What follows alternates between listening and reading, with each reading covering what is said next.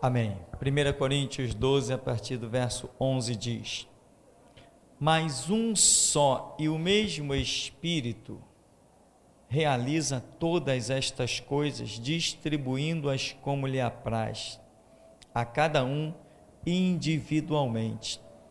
Porque assim como o corpo é um e tem muitos membros, e todos os membros, sendo muitos, constituem um só corpo, assim também com respeito a Cristo, pois em um só Espírito todos nós fomos batizados em um corpo, quer judeus, quer gregos, quer escravos, quer livres, e a todos nós foi dado beber de um só Espírito, porque também o corpo não é um só membro, mas muitos.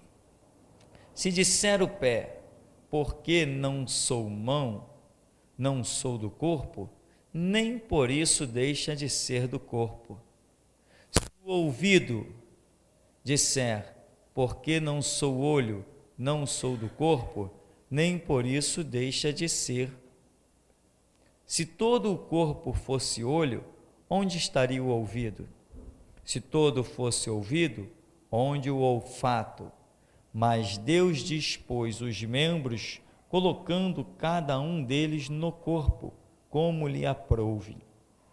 Se todos, porém, fosse um só membro, onde estaria o corpo? O certo é que há muitos membros, mas um só corpo. Não podem os olhos dizer à mão, não precisamos de ti, nem ainda a cabeça aos pés, não preciso de vós. Pelo contrário, os membros do corpo que parecem ser mais fracos são necessários, e os que nos parecem menos dignos no corpo, a estes damos muito maior honra. Também os que em nós não são decorosos, revestimos de especial honra, mas os nossos membros nobres não têm necessidade disso. Contudo, Deus coordenou o corpo, concedendo muito mais honra àquilo que menos tinha, para que não haja divisão no corpo. Pelo contrário, cooperem os membros com igual cuidado em favor um dos outros. De maneira que se um membro sofre, todos sofrem com ele. E se um deles é honrado, com ele todos se regozijam. Ora, vós sois corpo de Cristo, individualmente membros desse corpo. A uns estabeleceu Deus na igreja, primeiramente apóstolos, em segundo lugar profetas, em terceiro mestre, depois operadores de milagres, depois dons de curar, socorro, governos, variedade de línguas. Porventura são todos apóstolos, ou todos profetas, são todos mestres, ou operadores de milagres, têm todos dons de curar, falam todos em outras línguas e interpretam-nas todos? Entretanto, procurai com zelo os melhores dons. Amém. Podeis sentar em nome de Jesus. Irmão, a gloriosa história de sermos membros uns dos outros, o que significa isto? Significa, quer eu goste, quer não, significa que uma vez em Cristo Jesus, porque eu friso isso? Porque tem pessoas que estão fora de Cristo Jesus, e se está fora de Cristo Jesus, não está incluído como membro do corpo. Mas, uma vez em Cristo Jesus, acredite, Deus traça planos em que nós precisamos uns dos outros. Se alguém está em Cristo, estamos falando de corpo, não estamos falando de pessoas que não fazem parte do corpo, não, estamos falando de quem faz parte do corpo. Então, essa analogia que Paulo faz com o nosso próprio corpo, se a cabeça disser assim ao pé, eu penso sozinho, eu não preciso de você, aí o pé vai dizer assim, tá bom, então quero ver tu se mexer sem mim.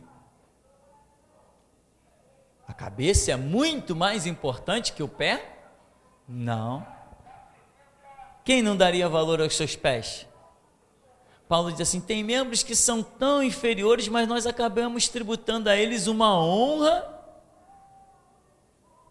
porque pela maneira do dia a dia. Por exemplo, você não valoriza os seus dedos,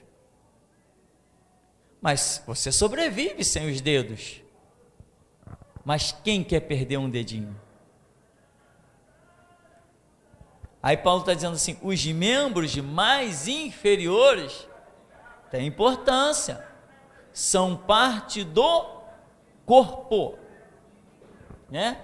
E é claro, de que ele está falando? Se você começar a ler desde o começo, começar a ler, na verdade, Coríntios é a pregação da bronca.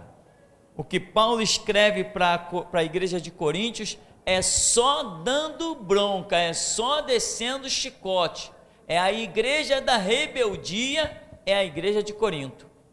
A igreja problemática é a igreja de Corinto. A igreja dos horrores é a igreja de Corinto. E Paulo começa escrevendo, dizendo para eles assim, dou graças a Deus, porque nenhum dom vos falta. Quem já leu isso? Dou graças a Deus, porque nenhum dom vos falta. Mas tem umas coisas que eu não posso louvar vocês. Aí Paulo começa a descer o cajado e para pensar. Ele diz assim, ele fala tantos dons espirituais aqui. Imagina uma igreja, tem profeta, tem língua estranha, tem visão, o que mais? Tem interpretação de língua, tem tudo nessa igreja. Tem operadores de milagre, falou em coisa gloriosa, lembra da igreja de Corinto, mas falou em coisa vergonhosa, também lembra-se da igreja de Corinto. Aí o apóstolo Tiago diz assim, olha, da mesma fonte não pode jorrar água doce e salgada. A palavra tem que ser sim, sim, não, não. Paulo desce a lenha, como costumamos a dizer, na igreja de Corinto, porque os horrores ali são grandes. Não vamos descrever os horrores, porque não é a questão, mas a necessidade que nós temos um do outro para compor o corpo. O corpo precisa do olfato, mas o corpo precisa do tato. O corpo precisa da visão, o corpo precisa da audição, o corpo precisa do paladar. Coisas que nós esquecemos do dia a dia porque usamos tão rotineiramente, não é verdade? Esquecemos. De repente, nem mencionamos. Se alguém perguntar, o que é mais importante no teu corpo? O meu coração, o meu rim, o meu pulmão, a minha cabeça. Irmão, o corpo tem que ser completo. E às vezes aquilo que nós estamos tão acostumados a usar rotineiramente, se um dia nos faltar, aí nós vamos ver. Nós vamos ver quão valor aquilo tinha e nós não percebíamos. Sabe aquele ditado do mundo que diz assim, só dá valor quando perde?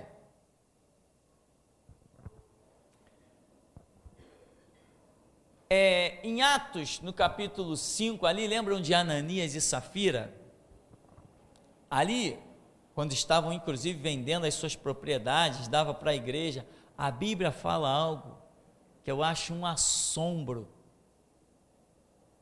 Eles fizeram isso e muita gente diz assim, eles acreditavam que Jesus voltaria logo, então estavam se desfazendo das suas propriedades. Será que era só isso? Qual foi a última palavra de Jesus dada aos seus apóstolos? Ide por todo mundo e pregai o evangelho a toda criatura. Eles sequer tinham saído de Jerusalém. Será que a igreja já estava acreditando que Jesus já ia voltar? Bom, os teólogos dizem, e às vezes até nos enganam, né? Não, irmão, ali é o seguinte, a igreja estava acreditando que Jesus ia voltar logo. Então o que eles fizeram? Estavam dando vendendo as suas propriedades e dando dinheiro para a igreja, ou seja, como que aquilo não tinha mais valor, eles não iam precisar mais mesmo. A Bíblia diz isso? A Bíblia não diz isso. Se algum teólogo diz, como eu já disse, né? Foi porque nós achamos que era assim. Mas temos que saber o que a Bíblia diz. A Bíblia não diz, e os apóstolos enganados, iludidos, e os membros achando que Jesus ia voltar logo, desprezando as suas riquezas, já que Jesus voltaria, vendeu e deu para a igreja. Não é essa a realidade. Se eles tinham uma palavra de que tinham ainda que sair e pregar o evangelho no mundo inteiro, como que Jesus ia voltar? Já naquele instante. Tem outras coisas mais do que o que os teólogos ou nós, em uma breve leitura, possamos ter percebido. O fato é que entrou no coração daqueles homens um desapego tal e uma fé sobrenatural que eles creram que Deus proveria o seu dia a dia, que eles não precisariam ter riquezas acumuladas. E a Bíblia diz que daqueles ali que compunham o corpo, nenhum tinha falta alguma, não tinham falta de absolutamente nada. Irmão, eu não estou querendo, eu nem acredito que nós possamos voltar a ser como era a igreja primitiva, nesse contexto radical, mas eu acredito que, mesmo com os tempos modernos que nós vivemos, nós podemos ser membros uns dos outros. Isso eu acredito. Se um irmão tiver com dificuldade, irmão, nós podemos exterminar a dificuldade desse irmão em menos de 24 horas. Amém? Irmãos, o irmão fulano está precisando de um socorro, está precisando de X. Cada um contribui e a gente ajuda. O irmão está precisando de uma alimentação, ficou desempregado. Nós conseguimos sim, cada um dando um pouquinho, conseguimos bancar um salário mensal até o irmão arranjar um emprego. Nós temos condições para isso. Porque além de nós, há um milagre em nosso meio, há o sobrenatural, e é com ele que nós contamos. Nós, irmãos, precisamos, né? Você vê aqueles homens, tiveram falta de quê? Aonde eles chegavam, lá estava a provisão de Deus. Aonde eles iam, lá estava o socorro de Deus. Viajavam de um canto para o outro, aonde eles iam, Deus provinha o que eles necessitavam. Nunca Paulo, veja bem, quando Paulo pediu uma ajuda, você lembra que Paulo pediu ajuda para uma determinada igreja, me foge agora a memória, dos Tessalônicos, se não me falha a memória. Quando Paulo pediu ajuda, Paulo disse assim, olha, eu estou pedindo ajuda aí, foi pedir a uma outra igreja lá, não é para mim não, é para os irmãos de tal lugar, eu não estou precisando de nada. Ele mandou pedir ajuda, parece, aos irmãos de Jerusalém, para levar não sei para onde, mas falou, não é para mim, não estou pedindo ajuda para mim, estou pedindo para os outros. Mas esse é o papel da igreja, só que a igreja se deixou acometer, a igreja que eu estou falando, são os meio convertidos, se deixaram acometer de ambições igualzinho o mundo tem. Hoje, irmão, mesmo dentro da igreja, pessoas ricas não estendem a mão para um irmão necessitado. Irmão, eu acho que já falei isso aqui, eu fiz um seminário de 3 anos, eu fui membro de uma igreja muito grande por 5 anos, e naquele lugar, nós tínhamos empresários, tínhamos funcionários da Petrobras, nós tínhamos almirantes da Marinha, nós tínhamos tudo, e essas pessoas, cansei de ver, saíam da igreja, entrava no seu carrão bonitão, ele no volante e mais ninguém, o carro todo vazio, sabendo que vários irmãos iam para o mesmo lugar, não oferecia uma carona. E ainda tínhamos a lástima de ouvir pessoas soltarem. Não, porque eu mando meu carro para o posto toda semana, né? Às vezes a pessoa entra com o pé sujo dentro do carro, você acabou de tirar o carro do posto, entra alguém com o pé sujo, você está pensando que eu não ouvi esses absurdos? Isto é cristianismo? Cristianismo, meu irmão, é eu repartir o meu prato de comida com meu irmão. Isto é cristianismo. Cristianismo é isto. E digo uma coisa nesse ministério: eu tenho alegria no meu coração perante o meu Deus, porque eu não tenho ambição. As pessoas desse lugar, se precisar de alguma coisa que tiver no meu alcance, só se Deus disser não, porque do contrário é sim. Até hoje não conheci outra igreja que fizesse o que nós fazemos aqui. Qualquer irmão com a sua família que quer vir para a igreja, tem dificuldade, às vezes mora longe, muita passagem de ônibus, nós estamos aqui para ajudar. Já ajudamos muita gente e quem precisar nós estamos dispostos a ajudar. Enquanto eu já vi por aí igrejas riquíssimas, em que um membrozinho foi lá na frente: pastor, eu estou sem dinheiro para voltar para casa. O que eu posso fazer por você é fazer uma oração. É isso que o pastor disse para ele. Não foi capaz de pegar um dinheiro e dar para o irmão voltar para casa. Em outra igreja, mesma situação, a mesma coisa. O irmão foi falar com o pastor virou para o irmão: ô irmão fulano, vem aqui, dá uma força para esse rapaz aqui. Dá uma força para esse rapaz aqui. Vê aqui que ele está precisando. Aí o irmão fulano foi e pagou o dinheiro de passagem, de ônibus, para o outro irmão poder voltar para casa. Isso não é cristianismo. Isso não é cristianismo. Está faltando alguma essência. Aquela palavra que diz assim: amai-vos uns aos outros como eu vos tenho amado. Cadê isso? Cadê isso? Cristianismo é isso, meu irmão. Cristianismo é isso. Já bateu pessoas nessa porta aqui, meu irmão: pastor, estou precisando de dinheiro para viajar. Eu sou da igreja tal, não sei das quantas, do interior, não sei de onde. Está aqui o telefone, liga lá para o pastor fulano, tal, que ele vai dizer quem sou eu. Precisei vir aqui no Rio fazer um trabalho. Pastor, já bati em tudo que é porta por aí. Vim subindo o morro e cheguei até aqui. Ninguém me atendeu, ninguém me ajudou. Teve gente que não quis nem me atender. É mesmo? Você já almoçou? Não, então senta aí, você vai almoçar com a gente. Almoça aí. E agora, o que você está precisando? Quanto é? Só preciso de X de passagem.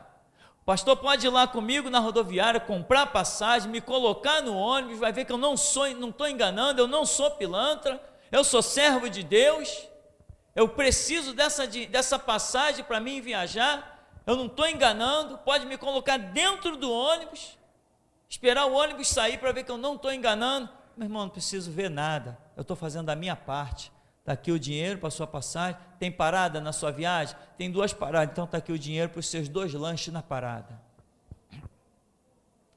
Está me faltando o quê? O que está me faltando? Não está me faltando nada. Uma passagem de ônibus, um lanche, entendeu?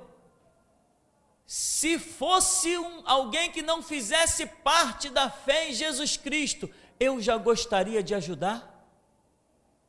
Que dirá alguém que chega confessando o nome do Senhor Jesus?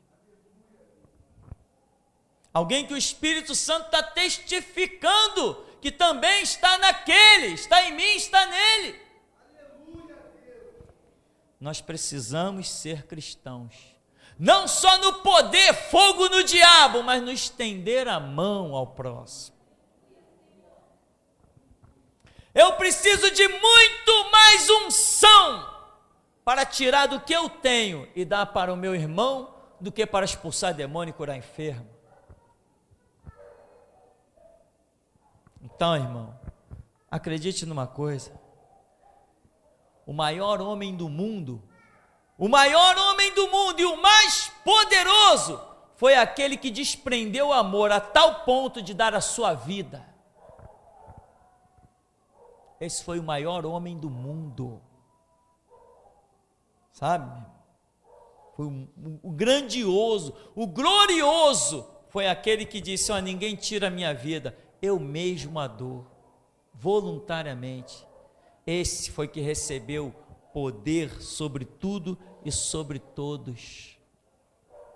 Paulo está dizendo assim, que nós, como o corpo tem muitos membros, todos os membros sendo muitos constituem um só corpo, assim também com respeito a Cristo. Ou seja, o que eu entendo com respeito a Cristo? Nós somos membros do corpo de Cristo. Nós somos membros do corpo de Cristo. O corpo de Cristo precisa de cada um de nós. Irmão, não sou eu que faço os DVDs da igreja. Não sou eu que estou filmando aqui. Não sou eu que estou cuidando da mesa de som lá. Não sou eu que fico na portaria. Você está entendendo? Você está entendendo? Eu sou pastor, eu prego, administro, mas eu não faço isso sozinho. Ninguém faz isso sozinho. No começo desse ministério, meu irmão, estávamos lá no chão de terra e tinha dias que eu não aguentava. Começo da igreja, você não tem muita ajuda. Você tem que sofrer ali sozinho. E às vezes chegar e ia se aproximando da hora do culto, quando eu olhava, o chão ainda não estava varrido, não tinha coisas arrumadas. Às vezes, meu irmão, as pessoas já estavam chegando a 10 minutos da hora do culto, eu ainda estava saindo do banho.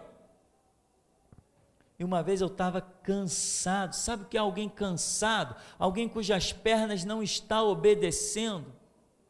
E eu varrendo o chão, eu não aguentei, eu parei no meio do quintal e me apoiei na vassoura. Fiquei ali me apoiando na vassoura e olhando para aquele chão. Eu olhei para aquilo tudo e disse assim: Deus, o meu cansaço era tanto que eu disse isso. Eu falei: Deus, isso tem que ter uma recompensa. Tá. O culto transcorreu, fomos pregar, Deus abençoou. Depois da pregação, Deus levantou um profeta dentro da igreja e disse assim para mim: olha, assim te manda dizer o Senhor, eu sou a tua recompensa. Hoje, irmão, hoje, tem pessoas aqui para ajudar. Agora, eu não estou tão preocupado que você me ajude.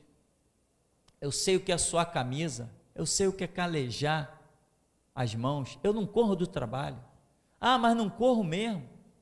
Meus primeiros empregos foi ajudando a construir galinheiro. Eu não corro do trabalho.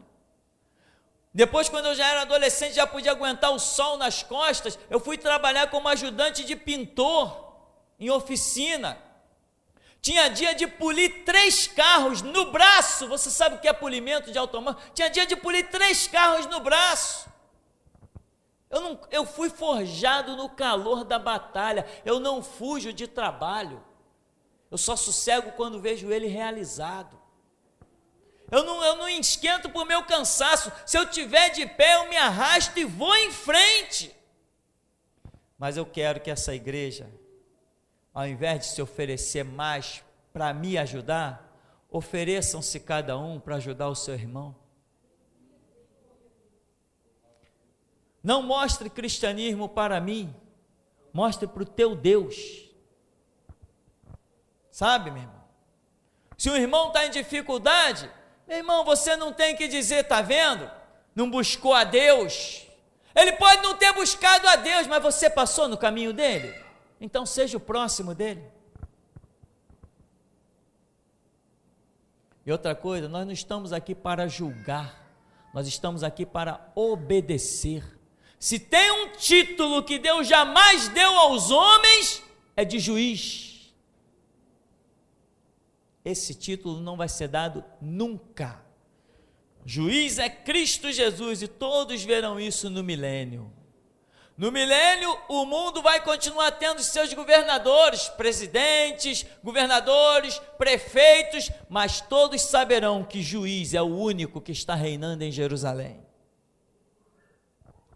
Então, meu irmão, atente, não deixe o teu coração se endurecer.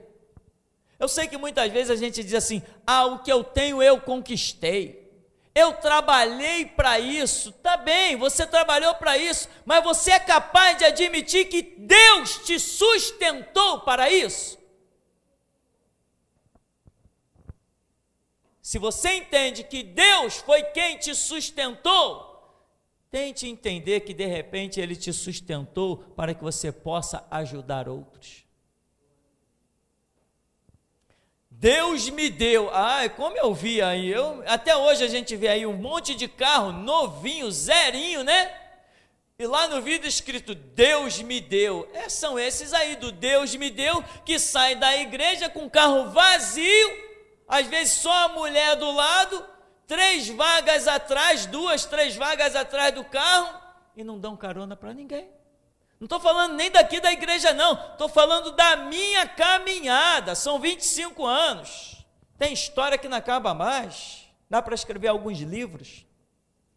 Paulo está dizendo, nós precisamos, um corpo, aí ele diz assim, se um dos membros estiver ferido, isso todo mundo sabe, né? Se você machucar um dedinho, a unha estiver encravada, diz a ciência que todo o teu corpo, todo o teu organismo se mobiliza para produzir anticorpos e ir lá combater aquela unha inflamada. Qual é o resultado? Ela acaba sarando. Irmão, nós temos que ser pessoas como os 3 mosquiteiros. É um por todos e todos por um. Nós temos que ser pessoas tipo assim, desde que a verdade e a justiça seja prumo nas nossas vidas, nós temos que ser da seguinte maneira, mexeu com um, mexeu com todos. Veja o que aconteceu quando eu fui preso, meu irmão, em 2009. Ao invés de pessoas se mobilizarem, reunir as forças e esperar a direção que Deus ia dar, fugiram, abandonaram a igreja. Hoje planteiam lágrimas de sangue. Nós temos que ser pessoas desse tipo. Somos corpo, somos um corpo, somos membros um dos outros. Se alguém mexer com uma mão, todo o corpo vai se mobilizar. Se alguém mexer com o pé, todo o corpo vai se mobilizar. Se mexer com a orelha, todo o corpo vai se mobilizar. É assim que é um povo forte, meu irmão. Olha o exemplo que aconteceu aí com as vans. Você viu o que aconteceu com as vans? O governo proibiu. Ao invés de os, pirueiros, né? Ao invés deles se reunirem, sabe o que eles fizeram? Cada um cuidou do seu próprio trajeto até onde podia ir. E esqueceram os outros da categoria que moravam em outros lugares que não podiam atravessar. Cada um foi ganhar o seu próprio dinheiro, houve uma desunião total. O Estado traçou um esquema e impediu que a van de um bairro passasse para outro bairro. E acabou a força dos pirueiros, que há 2, 3 meses atrás tinham reunido quantas centenas de vans? Quantas? 500 vans, tinham reunido 500 vans. Agora, como o Estado criou uma barreirazinha lá, abestalhada, o que eles fizeram? Foram cada um ganhar o seu dinheiro na sua própria área e perderam toda a força que tinham. com 2, 3 passeatas de 500 vans, e eles disseram que já podiam reunir até 1000, com 2, 3 passeatas dessa, pela Presidente Vargas e pela Rio Branco, meu irmão, o governo abria a mão de qualquer direito para eles. Eles não estão roubando, estão trabalhando. Mas o que acontece? São pessoas que têm uma união nominal. Todo mundo lá no seu carro é escrito cooperativa tal, cooperativa tal. Cooperativa? Cooperando com o quê? Tem pessoas que se tornam membros de alguma coisa só para pensar em si mesmo. Eu vou contar uma história para você. Eu trabalhei numa cooperativa de táxi. E o diretor dessa cooperativa de táxi, ele tinha agregado 200 táxis na cooperativa dele. Quando o SMTU lançou, eram as tabelas, né? As tabelas de preço. O SMTU lançou a tabela de preço, ele disse assim, eu vou lá no SMTU buscar as tabelas e distribuir para os cooperados aqui na cooperativa. Quando ele chegou lá, ele viu uma fila de mais de 1000 pessoas. Presta atenção nessa história. Uma fila de mais de 1000 pessoas, de taxistas que foram lá buscar a sua tabela de preço. Quando ele chegou lá, olhou aquela fila, passou direto, foi lá na frente e bateu na porta. Eu vim buscar a tabela de 200 cooperados, da onde eu sou presidente. O camarada olhou para ele e falou assim, amigo, olha o tamanho da fila, você está chegando agora? Bateu a porta na cara dele.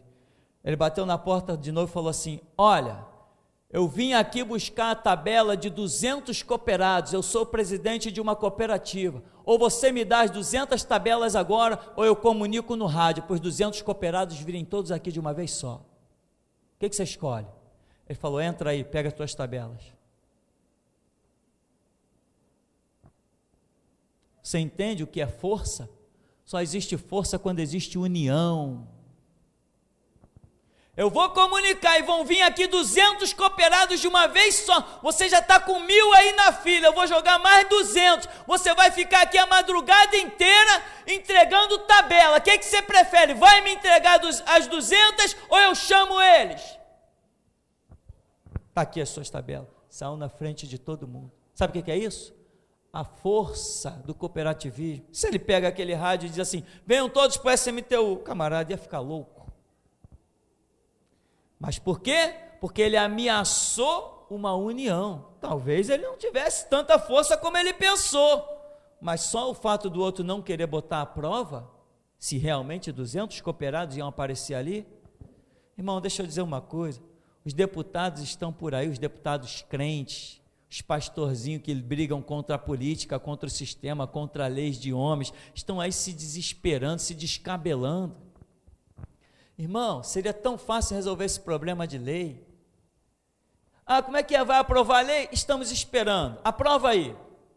Aprovou a lei? Tá. Somos quantos? Só aqui no Rio de Janeiro há 5 milhões, somos 20 milhões de evangélicos, não sei o quê. Tá, vou reunir só 7 mil. Vem cá, eu quero uma passeata. Vamos fazer uma passeata em Copacabana. Para chegar na praia e tacar fogo na lei. Pronto, meu irmão, não precisa mais resposta. 7.000 pessoas unidas, taca fogo em qualquer lei que esse país criar. Não existe cadeia para 7.000, meu irmão. Não existe cadeia para 7.000, acredite no que eu estou te dizendo, não existe cadeia para 7.000, não existe cadeia para quem tem força, não existe cadeia para quem é forte, não existe adversário para quem é poderoso. Deus está conosco, Deus está em nosso meio, nós precisamos de união, meu irmão. Não precisamos de pessoas que cheguem nesse lugar e digam, eu faço o meu papel, eu cumpro o meu papel, eu ando com Deus, eu vou na igreja, ouço a palavra, e dali eu pego o meu carro, eu vou para minha casa e acabou a história. Isaías já está dizendo sobre isso há muito tempo. Quem requereu isso de vós que viesses pisar nos meus atos? Quem pediu? Quem implorou? Deus está dizendo, eu pedi alguma coisa a alguém, eu não pedi nada a ninguém. Irmão, se queremos ser crentes, temos que ser crentes, de verdade. Entende, meu irmão? Eu tenho que me preocupar com a necessidade da igreja, do corpo. Eu que eu falo, não sou eu, pastor, é cada um de nós. Entende, meu irmão?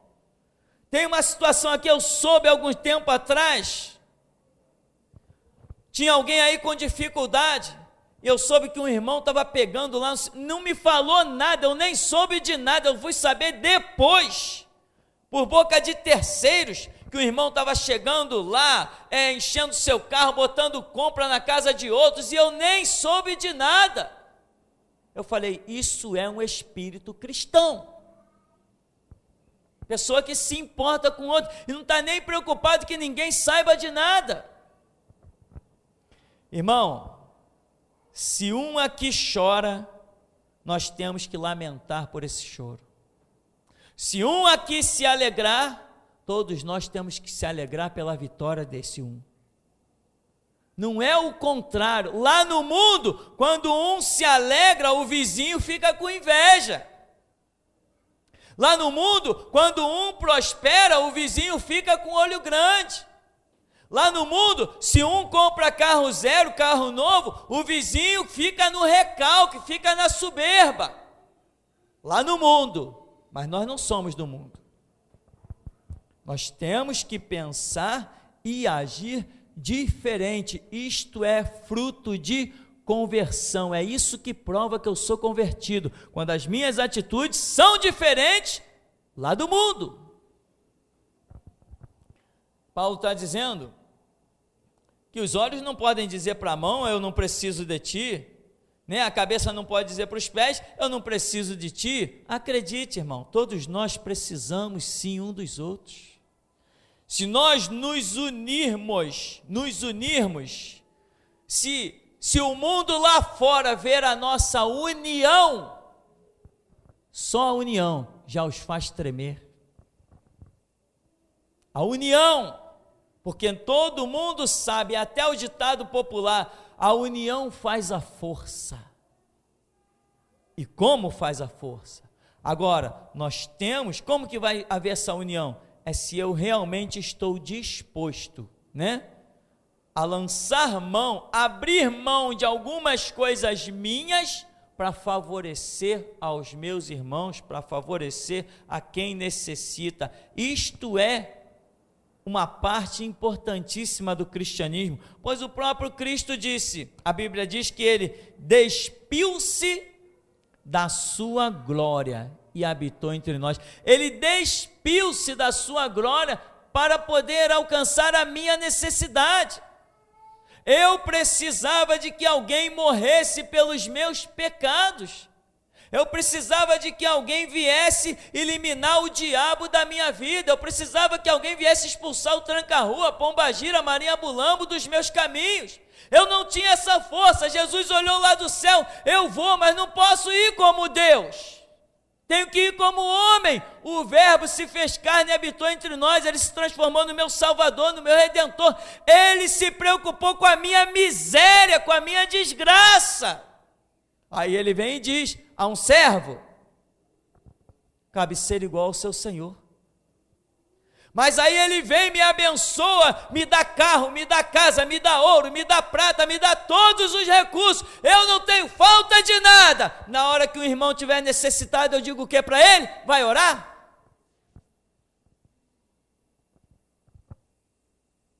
Amém, meu irmão? Você está entendendo a mensagem dessa noite? O objetivo dessa mensagem é que na geração Jesus Cristo, ninguém tenha falta de nada. Ninguém tenha falta de nada. Esse é o objetivo dessa mensagem. Já pensou? Nós sabemos que um irmão, com a sua família, com os seus filhos, está em dificuldade, sem ter o que dar de comer, e nós vamos cruzar os braços? Nem pensar numa coisa dessa. Não podemos cruzar os braços. Não podemos cruzar os braços. Se Deus trouxer ouro e prata à sua igreja, se Deus trouxer riquezas à sua igreja, Se Deus trouxer riqueza a este ministério, meu irmão, você é parte deste ministério.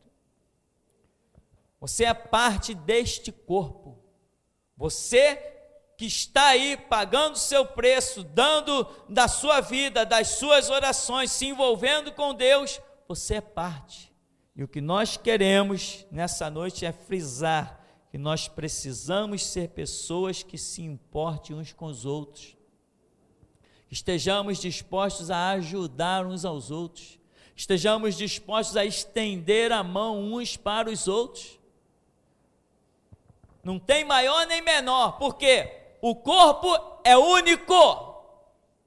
E cá entre nós, membros individuais, membros separados do corpo, o que acontece com eles? Eles morrem. Membros decapitados morrem, não sobrevivem. Então, quando se trata de corpo, está se falando de união, está se falando de todos entrelaçados e ligados à videira verdadeira que é Jesus Cristo. Aí Paulo diz ainda, no 27, ora, vós sois corpo de Cristo, individualmente membros desse corpo. A uns ele estabeleceu apóstolo, outros profeta, mestres, operadores de milagres, dons de curar, socorro. Você já ouviu falar nisso? Socorro? Governo, variedade de línguas. Aí Paulo diz, vocês todos são apóstolos? Já está dizendo, não. Vocês todos são profetas? Não. Todos são mestres? Todos operam milagre? Todos falam línguas? Todos curam? Não. Vocês interpretam? Não. Aí ele diz assim, entretanto, procurai com zelo os melhores dons. E eu te pergunto, qual seria o melhor dom?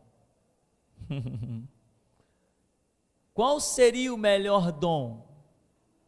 Irmão, deixa eu dizer uma coisa para você. Num corpo não existe o melhor dom, porque todos eles são importantes para a obra de Deus. Quem varre é importante, porque não adianta chegar para pregar num lugar com meio metro de poeira. Isso não é possível. Então quem varre é importante. Quem aperta um botão é importante, porque o botão tem que ser apertado. Quem arruma uma cadeira é importante, por quê? Porque a cadeira precisa ser arrumada. Você está entendendo? Quem liga um microfone é importante, por quê? Porque o microfone precisa ser ligado. Quem filma é importante, por quê? Porque a filmagem tem que ser feita. Quem duplica os CDs, os DVDs, são importantes, por quê? Porque são coisas que precisam ser feitas. Você não faz o seu pedido para te edificar, para edificar alguém, todo dia de culto você não quer uma mensagem, alguém tem que fazer essa cópia, alguém tem que preparar essa matriz, alguém tem que sentar lá, tem que ligar equipamento. Quem contribui com o seu dízimo é importante, por quê? Porque quando nós vamos preparar um DVD, vamos fazer uma cópia, ligamos equipamento, nós consumimos luz, nós consumimos uma série de coisas. A sua importância é muito grande. E tem mais, quem não tem um dízimo para dar, quem não aperta botão, quem não está pegando na vassoura, quem não está ligando o microfone, mas você está fazendo as suas orações? Você é importante igualmente, por quê? Porque a igreja não sobrevive sem intercessão. Paulo descreve a armadura de Deus e diz assim, orando em todo tempo. Então, irmão, que você saia dessa noite daqui, sem nenhum espírito altivo, sem nenhum espírito arrogante, sem nenhum espírito de soberba. Como diz Paulo, considere os outros superiores a si mesmo. Se não me falha a memória, é Paulo que diz, eu sei que aqui está escrito. Considere os outros superiores a si mesmo. Meu irmão, se você considerar alguém superior a você, você vai viver tão tranquilamente bem. vai viver tão bem. Se alguém tentar te ferir com uma palavra, você, deixa para lá, ele é meu superior. Deixa ele falar o que ele quiser. Você não tem por que se aborrecer se você está sempre se considerando abaixo. Deixa lá, eu ando com o meu Senhor, não tem problema. Todo mundo é melhor que eu. Todo mundo tem os melhores dons, todo mundo está acima de mim. Não tem problema, eu estou aqui embaixo, mas estou com Jesus. Uma vez um pastor que eu conheci, um homem de Deus tremendo, estava alguém dando um testemunho de uma situação, e aquilo lembrou a ele um fato da infância dele, e ele sentiu aquela lembrança, ele fez com que ele se sentisse assim, um pouco mal, né, das lembranças que veio na mente dele, e ele ali conversando com Jesus, segundo o próprio testemunho dele, ele disse assim: Senhor, eu me senti mal em lembrar desse fato do meu passado. Será que eu tenho um trauma? Ele diz que ouviu na hora o Espírito Santo falar com ele o seguinte: os humildes não ficam traumatizados. Os humildes não ficam traumatizados. E acredite, irmão, eu sei disso. Os humildes não ficam traumatizados. Agora, quem fica traumatizado? Os soberbos, os arrogantes, os que não conseguem abrir mão de nada, acham que sempre tem que estar por cima, e o fato é que nem sempre se pode estar por cima. Por cima de tudo, só Deus. Esse está sempre por cima. E mesmo estando sempre por cima, ainda assim realizou uma obra, despindo-se da sua glória e vindo estar por baixo. Foi humilhado, escorraçado, carregou cruz nas costas, chicoteado, crucificado, jogado dentro de um túmulo, mas o fim dos humildes é sempre de pé, resplandecendo como astro e sentado à destra do Todo-Poderoso. Então, meu irmão, para nós concluirmos, aqui Paulo diz no verso 14, porque também o corpo não é um só membro, o corpo não é um só membro, mas muitos. Irmão, geração Jesus Cristo não sou eu só. Deus já deu até um nome que nos dá a entender coletividade, plural, geração. Geração Jesus Cristo foi o nome que Ele nos deu para colocarmos nesta obra que Ele nos mandou fundar. Geração Jesus Cristo. Quando eu li o texto, e quem contará a sua geração? O Espírito Santo falou comigo, geração Jesus Cristo, e eu imediatamente vi, este é o nome da igreja, que era o que eu estava buscando na Bíblia, saber qual era o nome que Deus queria colocar nesse ministério, e este foi o nome que Deus deu, geração Jesus Cristo. E o que é a geração Jesus Cristo? Geração Jesus Cristo são as pessoas dos 4 cantos da terra, que Deus tem chamado e vai continuar chamando, até que a igreja seja arrebatada. Você é geração Jesus Cristo, você está incluído aqui, porque também o corpo não é um só membro, mas muitos. Quantos somos? Não sei, e as pessoas por aí, a vizinhança, estão loucos, passam por mim e perguntam o tempo todo, quantas pessoas tem na tua igreja? Eu digo assim, 5.000, 10.000, 20.000, não sei. A preocupação deles é o quê? Quantas pessoas tem na igreja, porque eles sabem que quanto mais gente unida, muito mais força se tem. Agora, nós não podemos ser um grupo reunido num lugar, nós temos que ser membros uns dos outros, temos que estar ligados, e se arrancar, dói. Não pode arrancar, se arrancar dói, se arrancar faz falta. Os que têm que ser arrancados, Deus arrancará, mas não tem que ser isso, não tem que ser movido por nenhum de nós. É Deus que constitui o seu corpo, e é Ele que amputa os membros que não são, os membros que estão desviados, é Ele, não somos nós. Jesus falou: eu sou a videira verdadeira e vós sois as varas. Toda vara, pois, em mim que não dá fruto, meu Pai a corta e lança no fogo, e poda que dá fruto, para que dê mais fruto. Isso é obra dele. Portanto, meu irmão, se Deus está sustentando alguém junto de você, não exerça o ódio, exerça o amor. Exerça a compaixão, exerça a misericórdia, porque o castigo não vem de chicote das nossas mãos, vem de chicote da mão de Deus. O que Deus faz é que está feito, é Ele que tem a repreensão, é Ele que tem. Então vamos deixar os nossos julgamentos de lado, deixa Deus julgar, e o que Ele julgar, eu não vou nem aplaudir, nem vou chorar. É o julgamento do Senhor, eu vou só me curvar e aceitar.